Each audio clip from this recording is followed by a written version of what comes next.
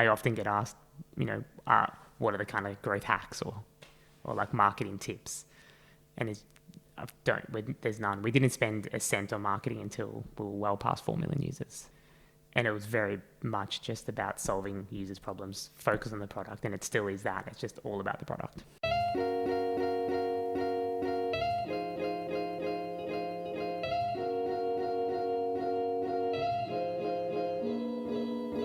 Hi everyone, welcome to episode 141 of the Startup Playbook podcast. I'm your host Rohit Bhargava, and each week I interview successful founders, investors, and subject matter experts on how they got started, the strategies they use to succeed, and their advice to current and future entrepreneurs. I'm delighted to have Alex Zaccaria, the founder of one of my favorite products at the moment, Linktree, as my guest for this episode. Alex started his career in the music industry. Alongside his brother Anthony, they co-founded Bolster, an agency that specialises in creative and digital campaigns for music festivals and events. Through this agency, they identified the same problem time and time again on behalf of their clients, which is how to share multiple links on social media. To help solve this problem for their clients, they created a small tool. That small tool is now known as Linktree and is used by over 10 million users worldwide, including celebrities such as Selena Gomez and Jamie Oliver, and brands such as HBO and Redbull. At the end of last year, Linktree announced that they'd raised their first round of external capital, raising $10.7 million in a round led by AirTree and Insight Partners. In this interview, we covered a wide range of topics, including the importance of understanding why customers are using your product, how Linktree was able to virally grow to 10 million users, how Alex was able to develop a partnership with Facebook in the early days of Bolster, how to manage engineering teams as a non-technical founder, their journey to raising $10 million and deciding which investors to go with, and much more. Without further ado, here is my interview with Alex Zaccaria. Hi Alex, welcome to the Startup Playbook podcast, and thanks so much for taking the time to be on the show today. Thanks for having me. Good to do this in person as well. Yeah, it's been nice. Absolutely. So Alex, for those people that may not be as familiar with you, your background, do you want to share a little bit about your story and what got you here today? Yeah, sure. So I kind of always grew up around music. My parents imported musical instruments growing up and had a music retail store. I think I kind of always wanted to do something in that area. I always knew that I wanted to do something for myself at the very least. And went to uni for a little bit, studied entrepreneurship for about 2 months, realized I hated it, hated going to uni. Got out of there as quickly as I could and hung out with I worked in my parents' business for a little while, leading some new venture stuff and building their business into some other areas. Meanwhile, I was running some club nights and looking up managing DJs, managing bands. My brother was doing the same up in Sydney. We decided to join forces, did that for a little while. Meanwhile, it worked out that the music industry was really not taking advantage of a lot of marketing technology and I guess the kind of technology that e-com and brand were really taking advantage of. So we set out to solve that problem and enabled heaps of festivals, music artists, agencies, that kind of thing to be able to access that type of technology and really focused digital strategy in the music and entertainment space. That ended up turning into an agency. We scaled that agency pretty quickly. It was called Bolster. And about a year into that agency journey, we recognized that those artists and those record labels and festivals had this kind of problem of not being able to link out of their socials in a really effective way from a marketing perspective. And so we had this little idea to solve that particular problem with a really simple kind of solution, and that happened to be Linktree. Absolutely incredible story that you've had with Linktree as well. I'm a user, I'm a huge fan, so I'm sure we'll kind of dive into that a lot more. But just going back, I'm really curious to sort of understand when the whole sort of entrepreneurial bug sort of first caught you, or you mentioned that, you knew that you always wanted to do something for yourself. At what stage did you sort of realize that, and what did that look like? I can't remember ever thinking anything differently, to be honest. I can't remember ever not thinking that I would just do it for myself. I think I guess being surrounded by that type of person, my parents were kind of like, small business, hustle. They would put us to bed and they would work to midnight on their own business, when we were kids. And I remember seeing that growing up, and it was kind of like, that's all I knew, really. That's kind of like, and I think the same with Anthony, my co-founder and brother. Really kind of grew up and always just expecting that's how you do it. And I think also, my grandfather imported musical instruments, started one of the first wholesale companies in the country for importing electrical goods and musical instruments. And he came to the country with nothing but a suitcase when he was, I think, 16. My dad did the same when he was 19, and kind of like building a business out of nothing and supporting your entire family, I think was always fascinating to me. And I think, yeah, that when I actually really think about it in that way and kind of go, hey, someone so much younger than me being in a country where you don't speak the language, where you got zero money and you're basically sent there to send money back to your family and have to figure it out. I think I kind of always admired that and saw that in my family, and just kind of seemed like the way to go. Yeah, it's really interesting. Like, I had a similar but very different story where like entrepreneurship wasn't really something that we kind of spoke about, but my mum was very, like, I would describe her as being very entrepreneurial. She would always kind of hand make things. I would go with her to markets, and just seeing what she was like and how she would interact with people like really had a big effect on me as well. Really curious to know, obviously you've sort of had that through a couple of generations now through your family. What were some of the things that you picked up from sort of absorbing that from childhood that you sort of link back to Bolster or to Linktree now? Yeah, I think it's work ethic is definitely one of them. I think seeing the, it's the work ethic, but also the just you're in it for yourself. You've got to get it done, and no one else is going to do it for you kind of scenario. And I think that was actually one of the things that was probably hardest to break out of. Is this kind of like, it was this amazing kind of work ethic you get built in, that you hustle and you kind of like, you have to build for yourself and get traction and do all that kind of work.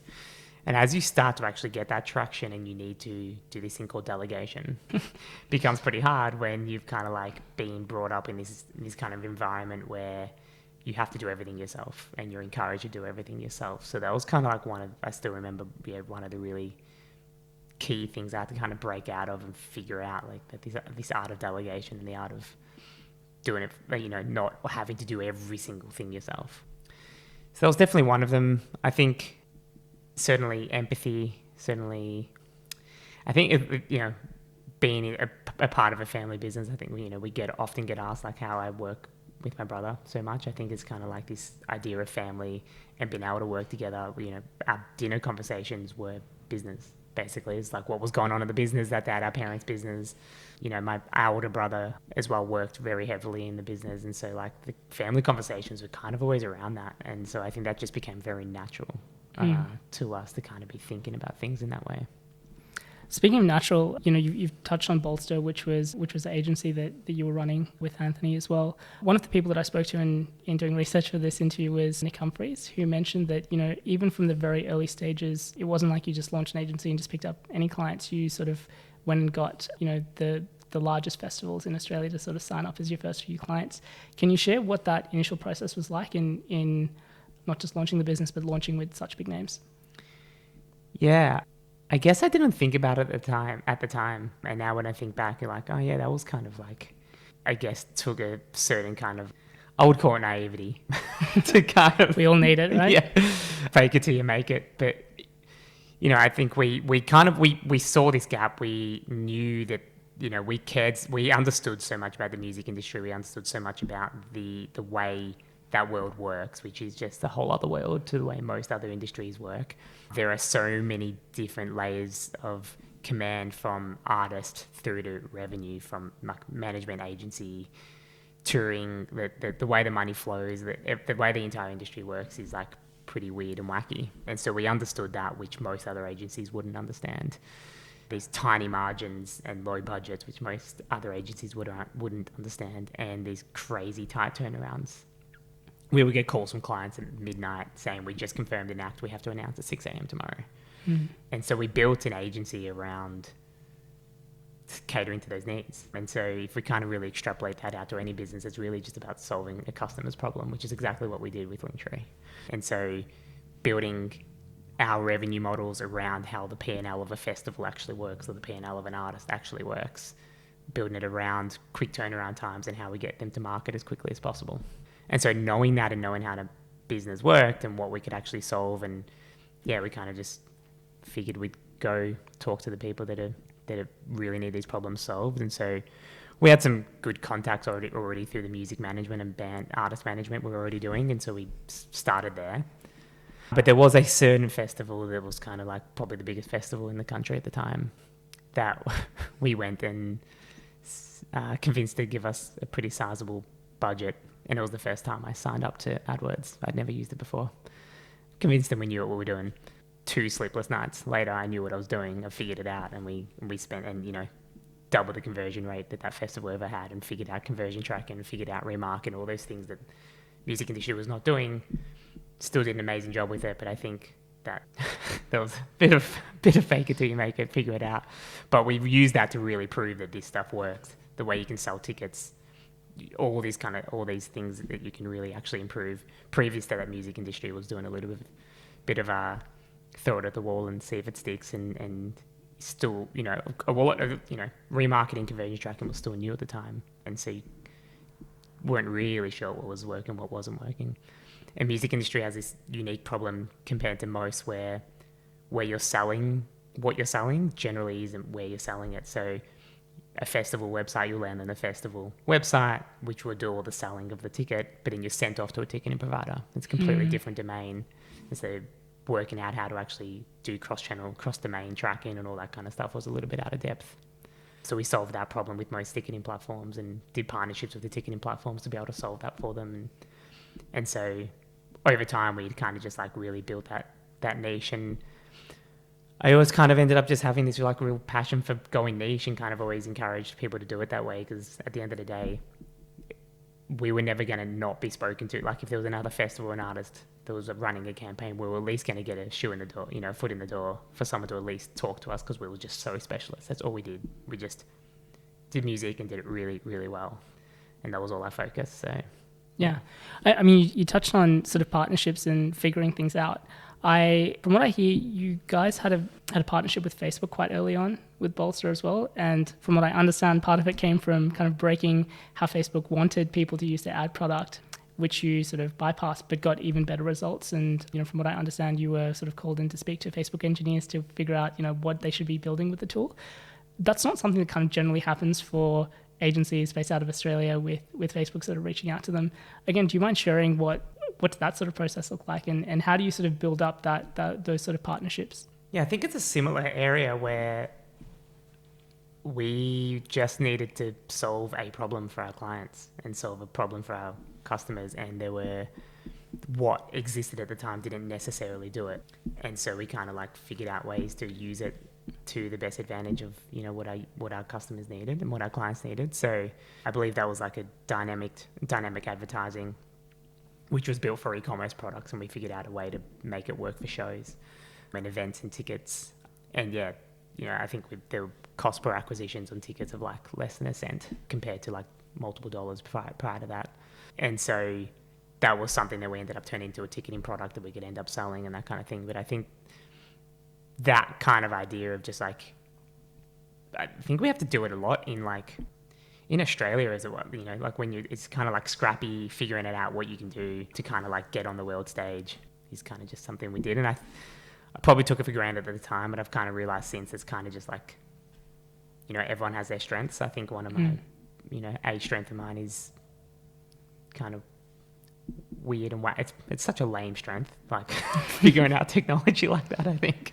But it was probably something that I just like, when I was Anthony and I in a bedroom at our parents' house, literally just going, how do we make this work? And I would just like not go to sleep until I figured it out. And it was just experimental, and you could try those things and give it a crack. So yeah, I completely forgot about that actually. Well, it's really interesting. Like that's something that actually came up from my conversations with a couple of people in the lead up to this interview, was everyone mentioned that your ability to just have such a broad understanding of a range of different things, and your ability to just kind of pick things up and run with them. And, last week I spoke to Mahesh Muralidhar from, he's one of the best people and culture people, was employee number 25 at Canva. And he mentioned that being a trait that he noticed in Mel and Cliff and some of the other businesses that he's been involved in as well. From your approach, you mentioned, even something like AdWords, you didn't know what you were kind of doing and kind of learned it 48 hours later. What's your approach to learning, or I guess what are your go-to resources, or how do you sort of tackle those problems that I think a lot of founders face at the early stages?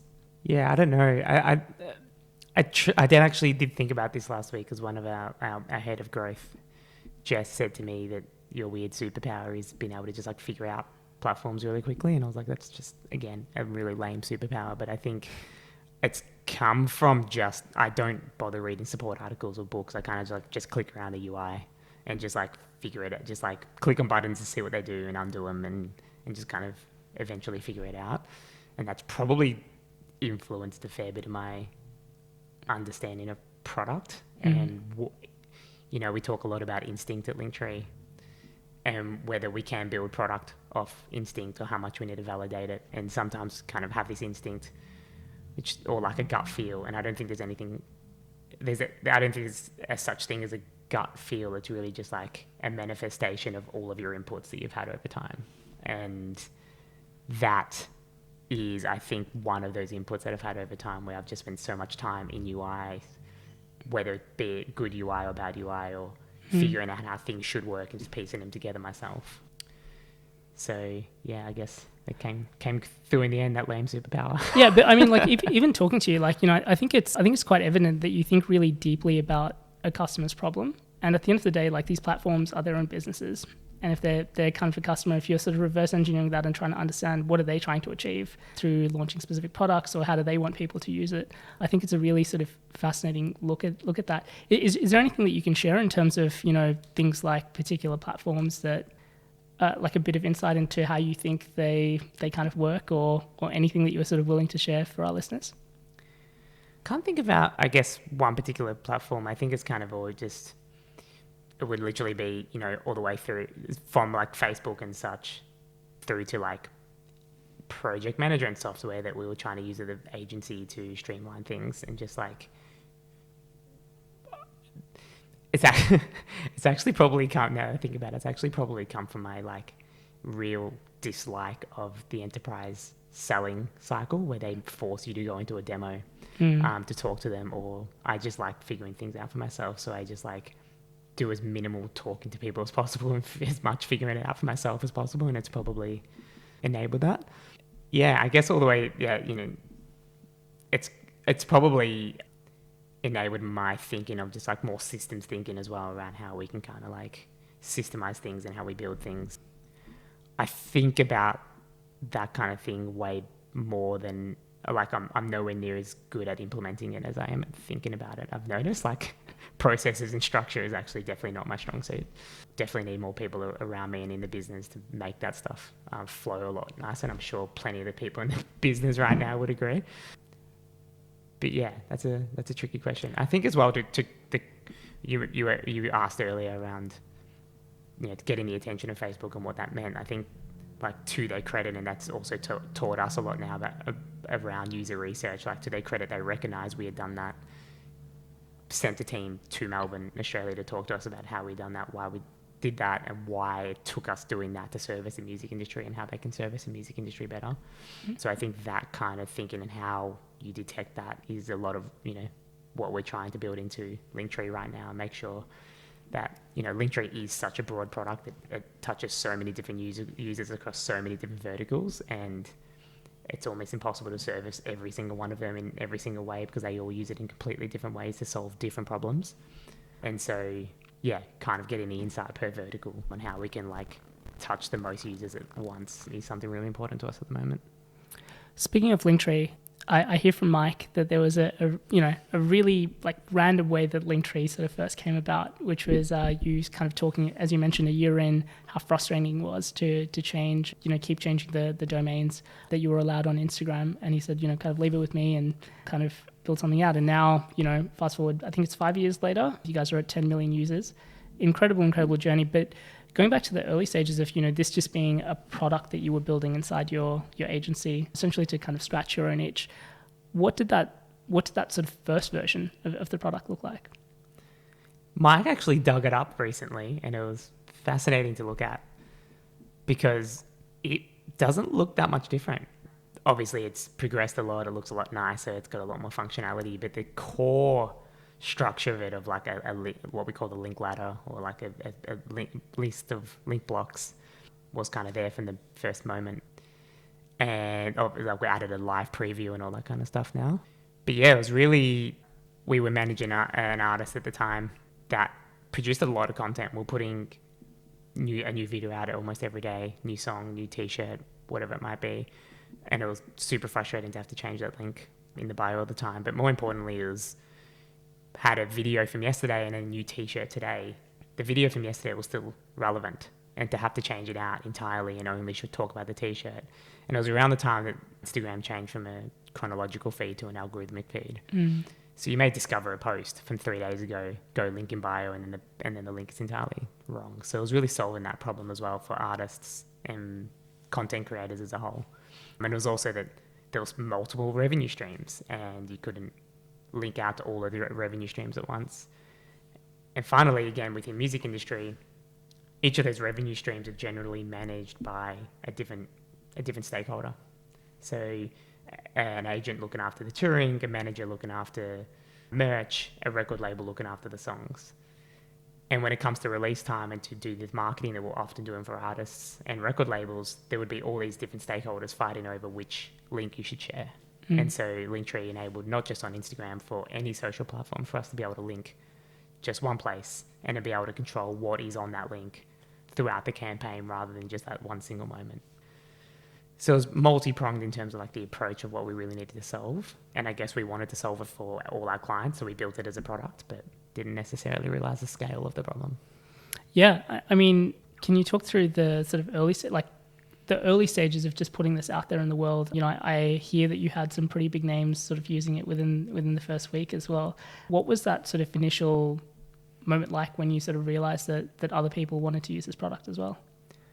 Yeah, I think it was, it was pretty hand-to-hand combat. It was kind of calling the managers of, I think Peking Duck for backing us super early and being excited about it. But I think their manager, again, is super forward-thinking and recognizing the power of it and how that solves the problem. Major festivals, again, they, linking out of socials, they need to get them to ticketing immediately. There used to be this massive brand immersive website that kind of can distract you. And so if you want to learn more about the festival, go to the website. If you're just going to get tickets, click straight off the tickets and really improve that conversion flow. So I think there were immediately some kind of further use cases beyond the artist, and we kind of just put it into the hands of whoever we possibly could.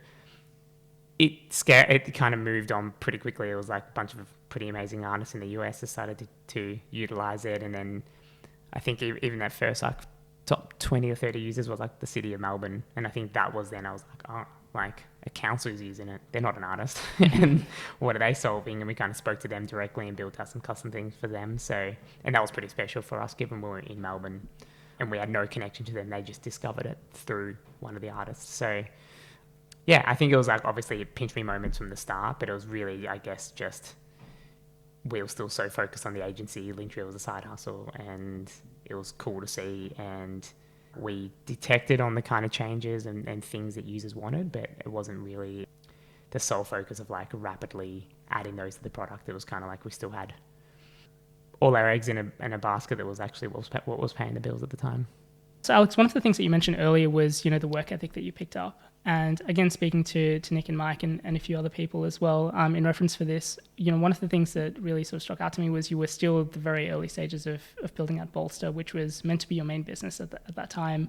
And from what I understand, for the first 2.5 years of Linktree, you were sort of going home at night and from 7 p.m. till, I was told, 2, 3 a.m. in the morning, answering emails and those sorts of things as well. Again, it can be really difficult. And again, from what I understand, you had 1 million users before you really monetized this. What kept you going through at that point? Because, I assumed that it was very much a side hustle-esque, like a product. Did you realize at that time that this would be what Linktree is now in terms of being a core focus or such a big business? No, I don't think. I think we kind of always saw it as potentially its own business or its own product, or like a big part of Bolster, or a big part of what we do, but still have, this massive Thrive agency, which is actually the case. The agency is doing great, and I'm all in on Linktree. I'm really focusing on that, but the agency still exists, and there's still plenty of amazing people there doing heaps of amazing work with amazing clients. But I don't think we necessarily realized at the time the scale and the kind of the evolution of where we could take the product beyond, I guess, the particular use cases we had initially thought about at the time. I think we there was like further use cases across other verticals like publishing and other content creators and massive brands that kind of helped us trigger and go, this is a bigger problem than this like particular use case that we know deeply. And so kind of like zooming out of that use case and going, okay, why are these other people using it? Why are publishers using it? And kind of learning a little bit more about that. So yeah, it was, I've never really, we never really kind of, when I think about what kept us motivated, I think it was just like the sheer kind of like excitement and joy and just needing to do it. Like we weren't even paying ourselves salaries out of the agency or Linktree at the time. All three of us founders, my brother and Nick, were living together. And so what I think about now is probably a pretty toxic environment in terms of all of us just working till 2 a.m. every night. But it's just like what we loved doing. Just, it wasn't really work. It was kind of just like figuring out things. And we were customer support and marketing and not development, although I wish I could code. But yeah, figuring it out and kind of, they came very hand in hand at the time. It was like, how do we need to market Linktree? How can we use Linktree to help market the festivals? And then what do we need to do with the festival? What are the latest algorithm changes? How do we remarket better? How do we break this thing to make it work better for us?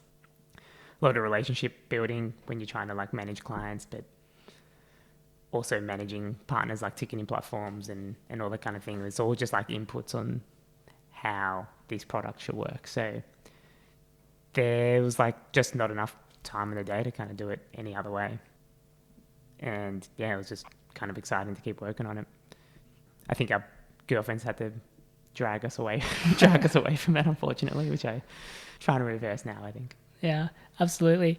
I think it's really interesting what you just mentioned a little bit earlier. I think, a lot of founders get caught up in how do we get people to use our product. I think one of the really interesting things that you just mentioned is, trying to understand why, like a City of Melbourne or other people were potentially using your product to better understand the use cases. What are things that you're looking for in those types of conversations with users to help feedback into how you think about the product?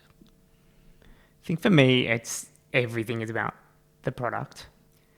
And I've thought a little bit about whether, if we didn't have the agency and we're all in on Linktree, if we would make different decisions, or if we're in, listening to podcasts when you're hearing founders from Shopify, where they're out of Silicon Valley, what kind of decisions we would make if we had different people around us, like Atlassian as well. And I think a lot of what we always needed to do and always wanted to do was just make it as self-service as possible and solve users' problems, enable users to solve their own problems by spending as little amount of time possible doing it. And so help listening, talking to customers and understanding how they're using it, what they wish it would do and what they wish it would do better, and why it's this solution and why they're even having this problem, why they're just using a website, what type of content they link into, enabled us to just continue solve those problems for users. I often get asked, what are the kind of growth hacks or like marketing tips? And there's none. We didn't spend a cent on marketing until we were well past 4 million users.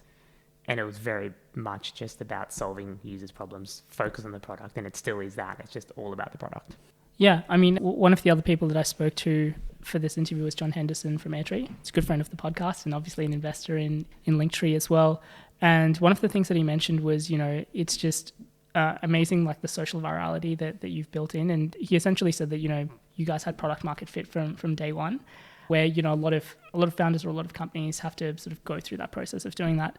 I'm just really curious if, this obviously doesn't happen a lot, but in those kind of cases that it does happen where you essentially stumble on product market fit and sort of stumble on the scale, stumble on this virality, how do you capture that to build on top of it versus, I guess like once you kind of identify it, like how do you sort of double down on that? I didn't even know the concept of product market fit when we were first building Linktree. I think it was something we discovered later and realized, we had that early on. And I think if you think about it, like we were the market, so it was pretty easy to fit a product to us. We built it for that specific reason. And I think we just didn't put giant expectations in ourselves. Like we built this to solve our problem. We were happy for it to solve lots of other problems, other people's problems. And we didn't kind of force it to be anything that it wasn't. And I actually think that is a big part of it, that we took the time to just really understand it and continue building on it, and not necessarily force it into kind of any growth areas. That's enabled us to really build advocacy with the product rather than referral. I think there's a very big difference in those two, where you're not paying users to go and share it. They share it because they actually care about it and it actually solves their problem. Whereas if we were going down a growth path and we had people banging down our door to say, hurry up and get growth, there may have been some other mechanisms we would have had to build into that. I think it's very much around just making the product as good as it possibly can be, and making sure that the product adds value to people's lives and they'll continue to share and they'll continue to use it. The product itself is a viral product. You share it, you share the product, you share it, that's what it does. And so obviously we have some great fortune there in that our users, by the very nature of it, share it. But it's about, not abusing that as well. We don't put our logo all over the place. It's about making Linktree your place on the internet and feel really like you have complete control over it. And that the free version, over 70% of our signups are still from self-referred and viral. So visitors discovering it through another profile. And so we are really focused on making sure that the free version is always as good as it possibly can be. And we have a really strong product philosophy around this idea of always adding value to free and never taking always adding value to pro, never taking value away from free. So I guess this was kind of coming back to a lot of the other products that I would just use all the time, trying to build our business, and you would use SaaS and freemium products that just basically rip out all the value out of the free version to force you to pay for the pro version. And we wanted to do the opposite of that. We wanted to go rather than when we first monetize it, rather than make you have to pay to have unlimited links. We had this opportunity where we could have said, all right, at the time you had unlimited links, everything was free. Rather than saying, cool, free, you only get 5 links now. We kept it as unlimited links for everyone, but pro, we added analytics and we added all the scheduling links and all this kind of functionality. And we still really think about it in that way. How do we make sure that the free version still adds an incredible amount of value to people's lives, the way they run the business, solve problems for them, help them unify their entire digital presence, still help them make it look like their brand and feel like it's their own. And if you're wanting to step things up to a pro level, you can do that as well. And there's a whole bunch of extra functionality and it really adds value in that way. But for us, the free version is so important because it is our marketing engine. And so we put a lot of value into that. Yeah, absolutely. And as a free user of Linktree, I could definitely say that it adds a huge amount of value for me as well.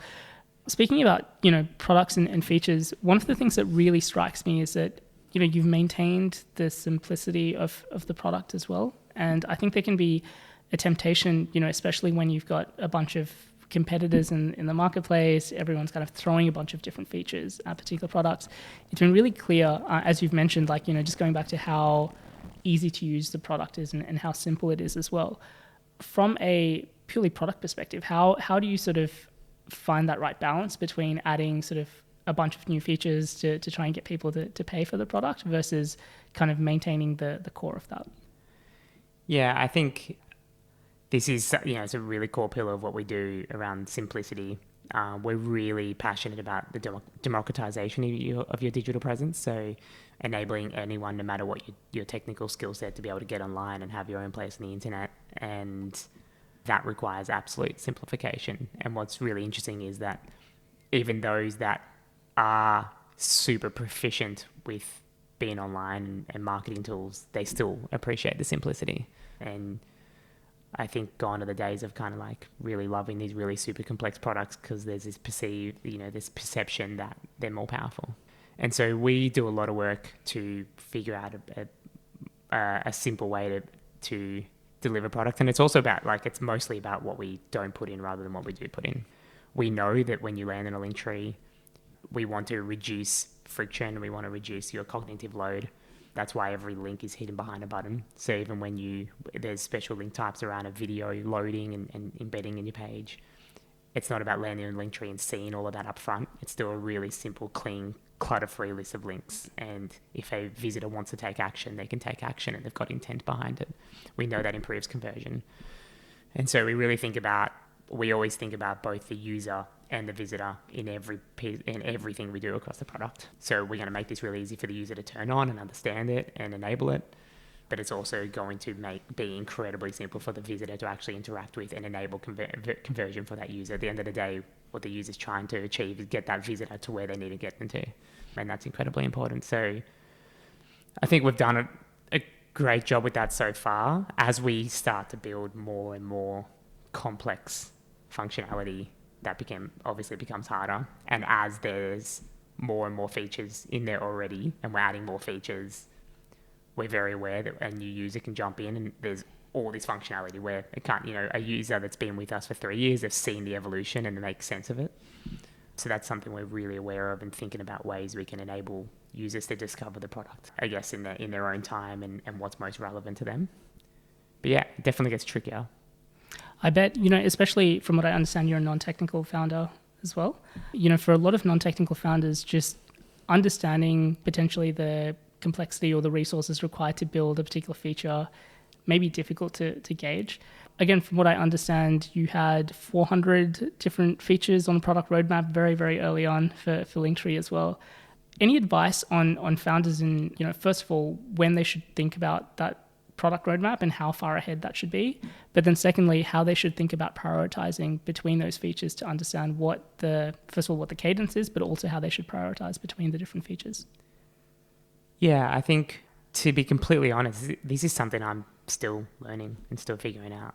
It's been interesting, one of my biggest learning experiences lately has been hiring product managers who know product management process, which is something I've just never been aware of, right? So I guess that's where that instincts come in. It's kind of been, hey, I know this feature is going to move the needle. I know our users need this feature. I am a user of this. I need this. And so it was very much like this is, it's generally kind of handed down by myself and my co-founders or us kind of talk about a team. We would just sit in front of a whiteboard, list all the features, kind of like map it on a prioritization matrix, like effort versus perceived use. And more often than not, we were right and it would hit home and everyone would love it. Quite often also we were wrong and it didn't really move the needle at all, but that was fine. It still added value in certain areas. And I think we started to just kind of build instinct over time that like what worked and what didn't work. It's obviously much more complex now that we have many more users, many more verticals, many different types of users and segments, and we need to think a lot more deeply around how we're going to impact those certain areas and strategies. But I think over time it was very much like having just an innately deep understanding of the user and what would solve it, and also just listening to the customer. Like they will come back all the time going, we want X, we want to be able to play videos more quickly, or we want to, we need to be able to track this click or whatever it might be. And often it would be something that we kind of already had on our roadmap or understood or already knew what we needed, and we would just kind of apply those user insights to it and say, hey, we've got to do this now. It was like 1 or 2 engineers we had. So it was very much just like focus on what we could deliver. In some ways that was easier than what we have now because we've got that many people that it actually, all the communication channels becomes even harder. But it's been a fascinating ride for me lately, really learning that actual product management process that you would normally learn in product school or some kind of, learning that from them and kind of having to change my style of leadership to be, rather than, hey, this is what we're doing, to enabling the team to understand why I think that's important and allow them to go validate it and research and apply many more insights to it and in a much more sophisticated way than I probably ever would. One of the things that I mentioned that was common between a lot of the people that I spoke to about you was your ability to learn things quickly. The other thing was your intuition around particular things. And, I think a really interesting story that I think Mike told me was around how you came about the pricing structure of the paid plan, which was, $7 seems too high, but it's definitely worth more than $5. So let's go with $6. I think part of a founder's journey of building a product from scratch is, really you don't have all the answers and you're to a degree sort of making it up as you go along, particularly in your case like yours where you're building out an entirely new category and setting up that playbook and the expectations for what that category plays like as well. Any advice on how to sort of hone that intuition? I assume a large part of that is kind of innate, but anything that you do to help you make better decisions or the decision-making process that you go through when you're kind of venturing into the unknown? That's a real good question. Yeah. I don't know, to be completely honest. Look, obviously my intuition isn't always correct, and I think it's just, again, it's having the right, actually I would say it's having the right people around you. What would seem like my intuition is actually just listening to a lot of people. I think a lot of what's come from the product simplicity is a lot of Nick saying this is too complex, or his design skills, making that simple and going, yes, that's what it should be, and kind of myself picking up on some of his principles of what he cares about and kind of like extrapolating that out and building that into how we think about the product. And so I think it's kind of this feeling that you get, but it really ultimately is, like I said earlier, around these kind of like multiple inputs that you end up getting from the people that are around you, the way you use product, the kind of types of questions you ask. Yeah, and I think that I've had probably the things that have enabled me to hone it in has been just consistent mistakes.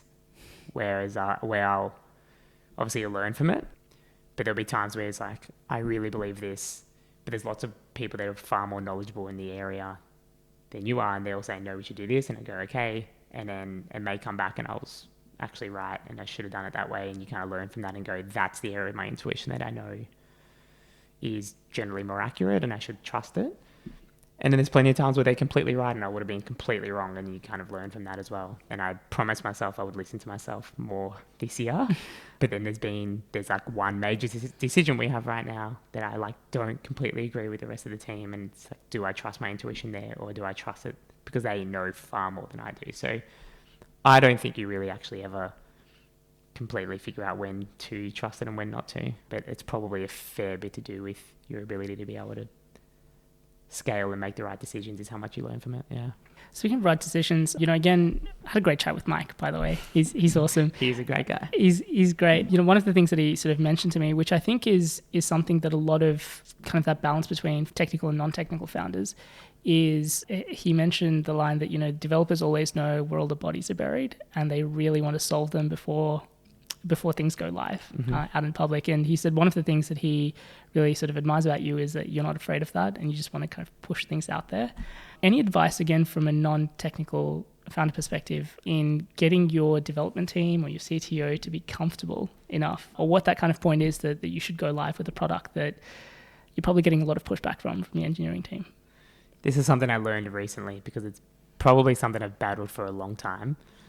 Find someone like Mike, because Mike, he gets it in terms of how important it is to deliver functionality as quickly as possible.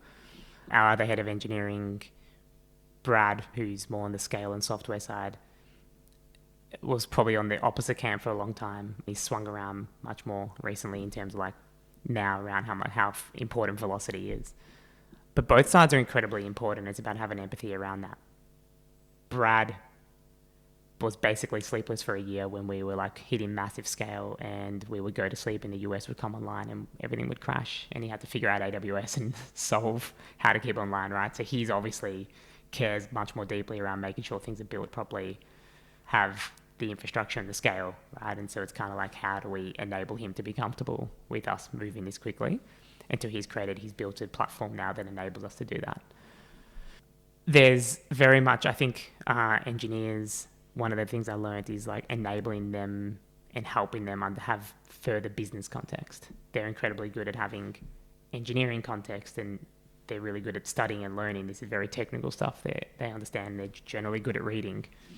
And so give them business books, help them understand the business context of why it's important to move fast, why we can't just spend 3 months making this thing perfect and technically perfect, because there's the opportunity cost, the cost of us not putting it out compared to the cost of us putting it out and having to fix it later is vastly more costly. So I think once they started to understand that, I think we started to get a lot more traction and understanding why it's important to do that. And I think thirdly, finally it comes down to like being comfortable with kind of making case-by-case decisions, going, these features completely comfortable, just like push it out, get it user value, we'll solve it later. And this feature is probably more important to spend the time on it and making sure we can see ahead with that. But again, this is something we're still kind of, we're still trying to hone in on and becoming super comfortable with it. as long as I'm getting, like, I'm probably too far on the one side. I'm very much like, I don't care as long as we got feature value, as long as we're getting the value to users. But then if the platform ever goes down and you're sitting there with millions of users not being able to log in, that feeling is the feeling I try to remember when I say, hey guys, don't worry about it, just push it live. Kind of like at least have the empathy for the engineers when they want to make the right decision around making sure it scales. Yeah, speaking of this, I heard that there was a bit of a story when, was it Instagram took you guys down for 17 minutes and you had 40,000 complaints around it. Definitely feels like an inflection point for a business as well, because, obviously you have so many different kind of magnitudes of scale for the product. What are some of the challenges that come with, scaling to 10 million users that maybe aren't as obvious? I'd say sleeplessness, but I would say that's probably obvious by looking at me.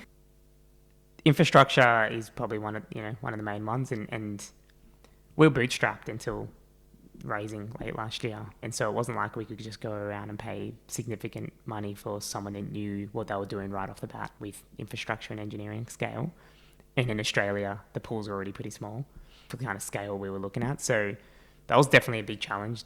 Being in Australia, scaling to 99.5% of our users are outside of Australia, so the time zones of when traffic was hitting was completely different to us. We found someone like Brad who was like just committed to figuring it out and like kept the thing alive. We had many moments where the thing was down for, we had one moment where it was down for 6 hours overnight. We went to sleep, woke up the next morning with some of our biggest users at management emailing us saying we can't use you anymore. So these things like trigger, and that when we talked about prioritization earlier, these things are happening all the time of just like whatever we need to solve right now. Whatever value we need to give this user right now, or whatever security we need to add now, or what infrastructure or platform we need to add. And it's kind of, there's pretty much always something that's urgent. I would say time management, leadership, like enabling team structures to grow, how to solve that kind of like how to solve users' problems at scale is far different to kind of just like understanding the initial users. Like as we've grown the company, I've become further from the user. So, and I'm less involved in the agency. I'm no longer necessarily the exact user that what we built Linktree for. So making sure I've still got touch points across the business of understanding that and be able to like not lose that innate ability to understand what the kind of user needs. Yeah, I would say they're the main ones. I'm sure there's plenty more I'm not thinking about. The biggest thing, I think, what I admire most is really interesting when you listen to founders of incredibly massive companies. They're of a certain age that you listen to them and they're just so knowledgeable. Kind of think about like how did they learn that? And you think about your experience and you like there's just so much you have to learn so rapidly. You're all of a sudden managing 100 people and I didn't go to school to learn that. No one really did. So, and there's product scaling and we're talking to this some of the biggest investors in the world, and again, there's no book for it. So kind of like just rapidly learning and figuring it out for yourself and being comfortable with that, I think is one of those things you just figure it out. Speaking of fundraising, congratulations on the 10 mil that you guys raised last year. Thank you. I understand you were sort of bootstrapped for quite a few years before you decided to go down the funding pathway. And again, in my conversation with John, one of the things that he was kind of very upfront with mentioning was that he loved you guys from the very first meeting, and he said he would have offered you a term sheet in the very first meeting, but it took about 18 months to convince you to take some money from him and AirTree. What did that process look like? Because, again, I sort of imagine that you were sort of at that time kind of balancing out the agency, working out what you were trying to do with the product. Obviously had millions of users using the product at that time. What was that journey like, and what sort of made you finally decide to go down the funding pathway? Yeah, I think I did not know a thing about VC or funding and anything that, around that kind of world. Even the idea of like taking money in general to accelerate growth was kind of a bit foreign to us. Like, so Bolster at the time was 50 people, completely bootstrapped. We didn't even take a bank loan. It was all just revenue in, continue building.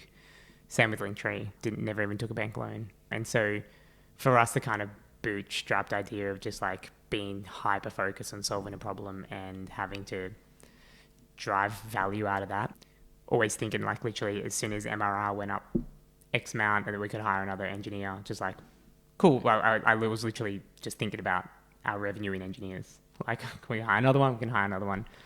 And so I think it was just kind of this mentality we always had. And so when we started to get pretty significant interest from investors, both in Australia and in the US. And had the conversations. It was always really interesting to talk about it, and it was flattering to get the attention.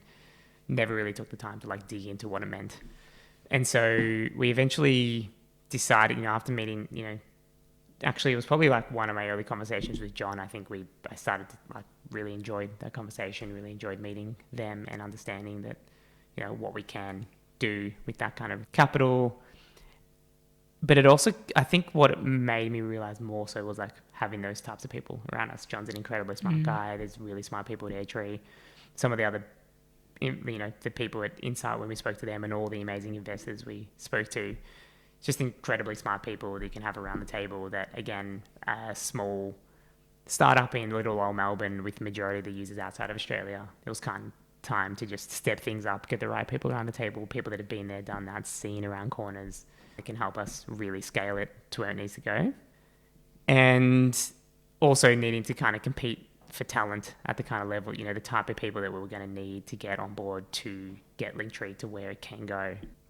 We really need to be able to hire those people quickly, pay them more than what a bootstrap budget could pay, and be able to pour fuel in the fire, as it were, and be able to scale things a lot more quickly. Yeah, obviously, there's not a lot of companies that get to be in that fortunate position where they get to, kind of have their choice of which VC partners they decide to go with. But, I think, and we've spoken about it with countless guests on the show, the importance of doing your own kind of due diligence and making sure that you're getting the right VC partner in place as well.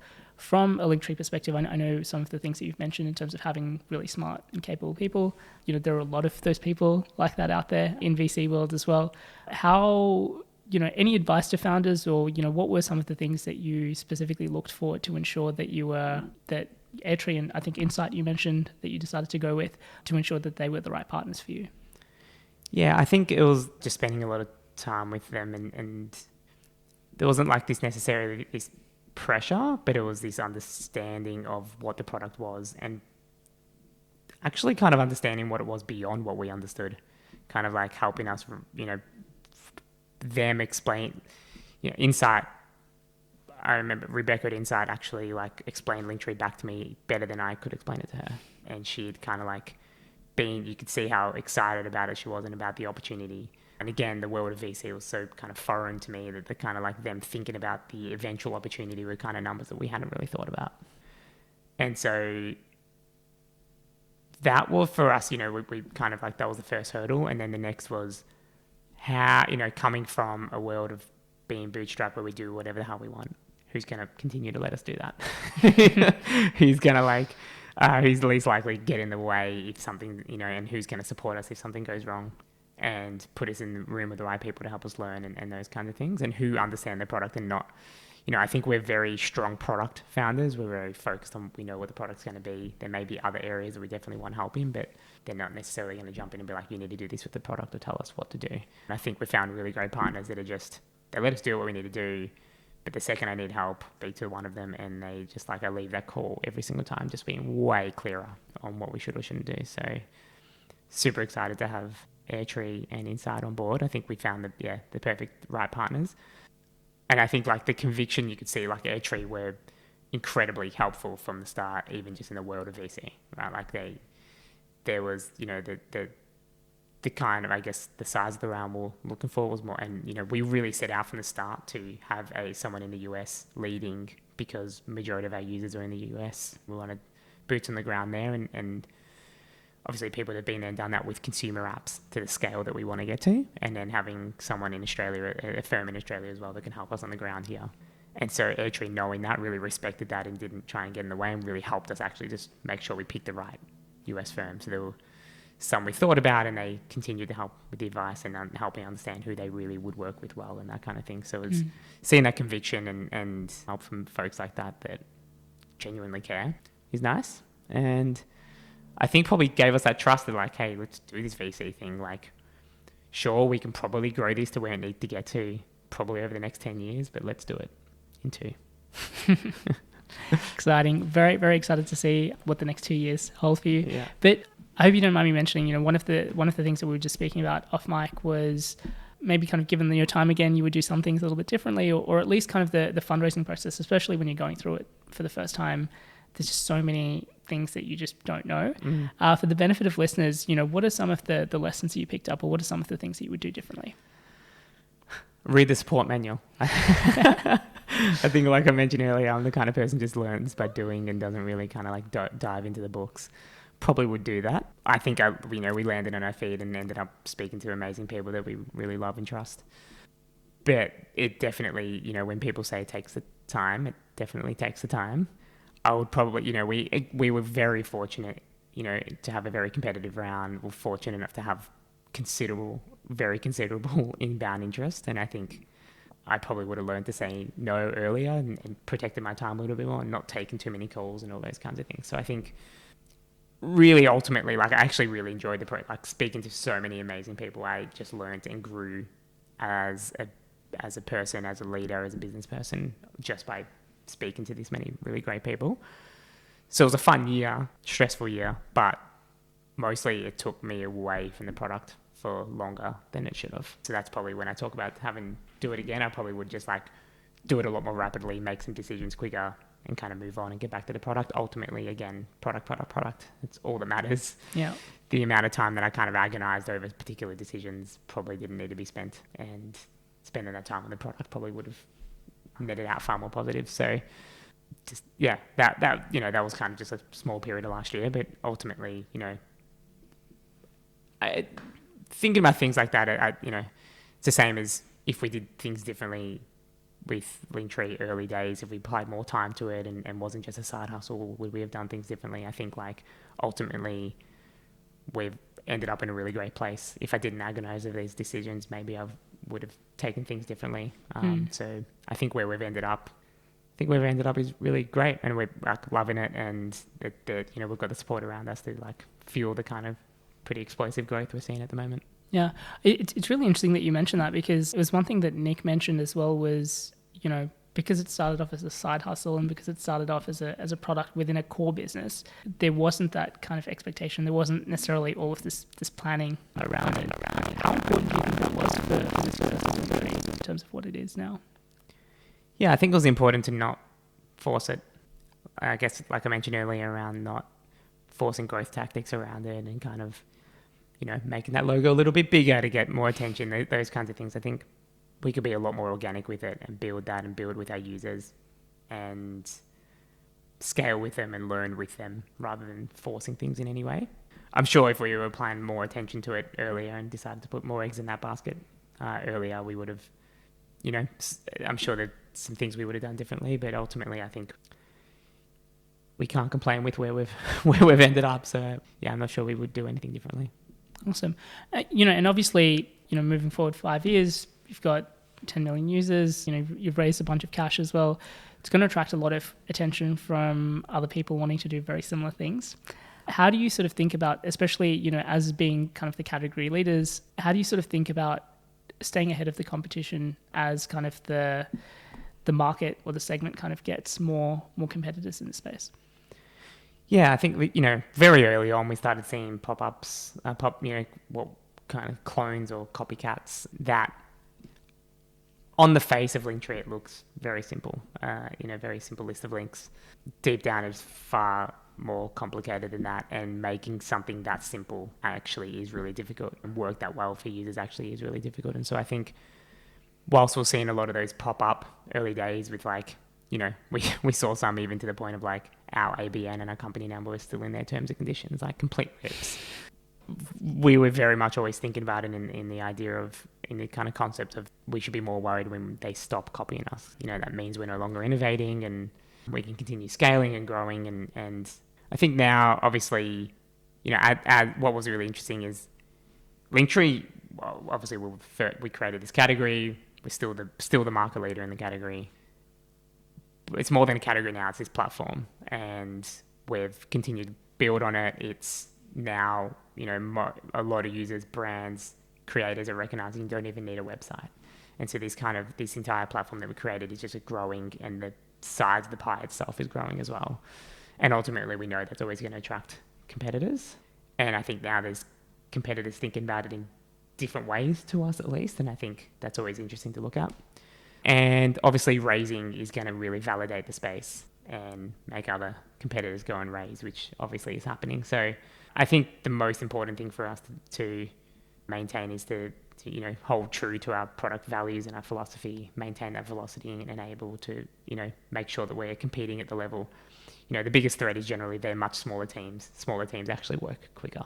And so making sure that we hold that excited kind of urgency within even a bigger organization where we can continue to move at scale and move at speed and deliver the kind of functionality that we know will enable our users to achieve their business outcomes as quickly as possible by spending less time doing it, and hold true to our values and the way we think about the product and have always thought about the product, and not think that because we've got money in the bank, not change the way we do things and not change the way we think about things. So, I think what got us here will continue to get us there as long as we can, hold true to that and make sure that we can move quickly. So yeah, we're excited. Continue scaling. Yeah, absolutely. And just to kind of wrap up, I think that's such an interesting point as well, because oftentimes a lot of people can think, once we kind of have that investment, we can just hire a bunch of people and kind of throw people at problems.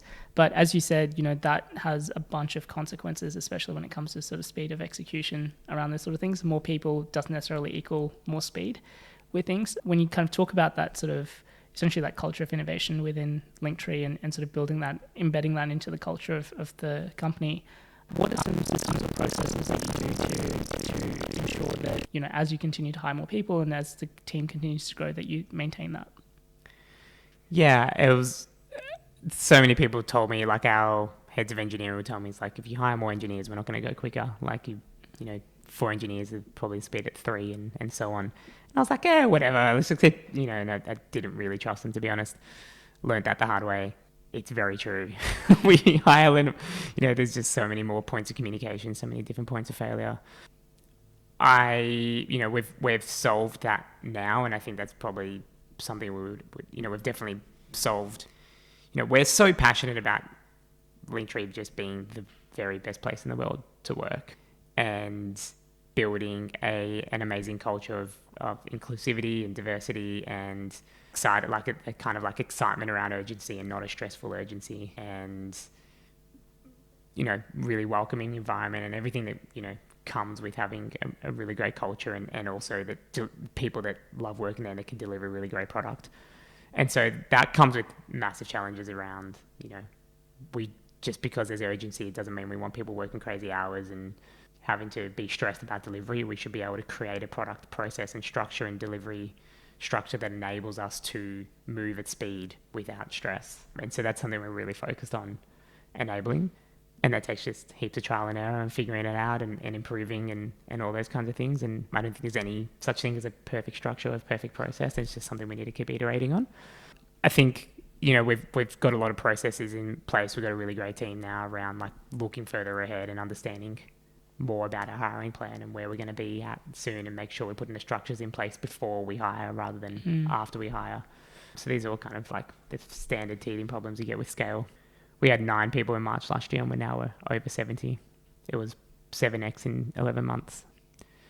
So, I mean, I don't think anyone can expect that not to break, but it's about how you deal with it and how quickly you solve it, and the resilience of the team and all that kind of thing. So we're super psyched that the way we solved it now and how much more quickly we can move at scale now, and looking forward to the next 200 and 500 and 1,000. Very, very exciting. Alex, for anyone that wants to join up to Linktree as a user or potentially apply for a role at Linktree, what's the best way for them to do that? If you check out Linktree's Linktree, so linktree/linktr.ee, or our website, there's links to the careers page and links to sign up. Check it out. Amazing. I will make sure that I add that link to the show note. Great. Linktree link. Alex, once again, thank you so much for coming on the show. Thanks for having me. Appreciate it. Cheers.